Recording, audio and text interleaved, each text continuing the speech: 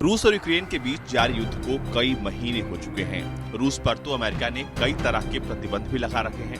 ऐसा ही एक प्रतिबंध रूसी तेल के आयात पर रोकना भी था।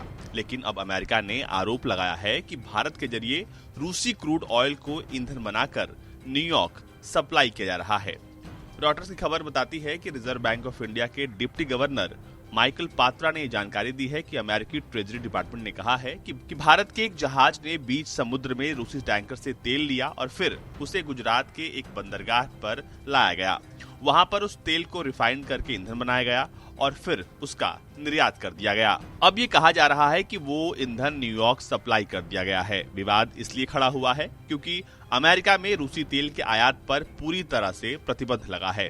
प्रतिबंध के बावजूद क्योंकि न्यूयॉर्क में रूसी तेल पहुंचा है, ऐसे में वो इसे नियमों के उल्लंघन के रूप में देख रहे हैं।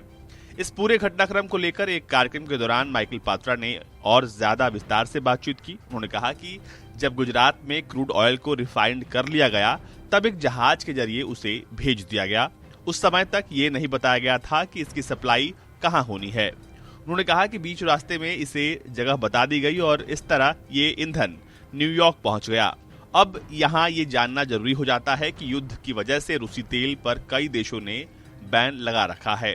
अमेरिका ने उम्मीद तो भारत से भी ऐसे ही जताई थी, लेकिन भारत उन चुनिंदा देशों में शामिल हुआ जिसने रूस पर लगे उन प्रतिबंधों का समर्थन नहीं किया। इसी वजह से भारत को रूस से सस्ते में तेल मिलता रहा। भारतीय रिफाइनरीज ने भी रियायती दर पर रूसी तेल खरीदा, लेकिन अमेरिका ने जो आरोप लगा दिए हैं उस पर अभी तक सरकार की तरफ से कोई रिएक्शन नहीं आया है।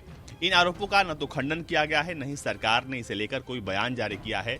लेकिन जानकार ये मानते हैं कि ये अमेरिका की वो बौखलाहट है जिसमें वो बार बार भारत पर दबाव बना रहा था कि वो रूस से तेल ना खरीदे, लेकिन बजाय उसके दबाव के भारत ने रूस से तेल खरीदना जारी रखा और अब अमेरिका इस तरह की उलूल जुलूल बयानबाजी कर रहा है। ब्यूरो रिपोर्ट, भारत तक।